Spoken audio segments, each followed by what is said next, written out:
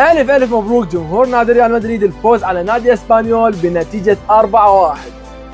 المشكلة وين؟ المشكلة بجماهير برشلونة، يقولون حظ تحكيم جزاءات. إذا نجي للحظ فريال مدريد متعودين عليه، بالشوط الأول ما يقول، بالشوط الثاني يقول، بالدقيقة 70 كل مرة بالدقيقة 70 يلا يقول.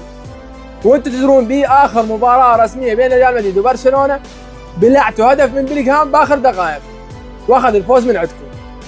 اما اذا على الجزاءات اسطورتكم ليونيل ميسي لولا الجزاءات ما حقق كاس العالم ولا صار افضل لاعب بالعالم لولا الجزاءات. اما اذا نجي للتحكيم فاخر مباراة لبرشلونة بالدوري شوف الحالة هاي، المهاجم ضرب الكرة كله دقت بيد المدافع مال برشلونة وما ديده هيك ما ديده ودقت بيه وتغير اتجاه الكرة، ركلة جزاء مستحقة ورجع الحكم للفار وما حسب ركله جزاء، مع انه رجع للفار وما حسب ركله جزاء.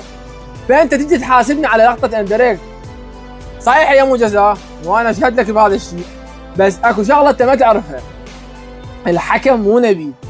عندنا احنا بالدين الاسلامي انبياء خطأوا، دور تجي للحكم واذا رجع للفار خطا. يعني هي النتيجه 3-1، يعني اسبانيول ترجع بالنتيجه وتفوز مستحيل.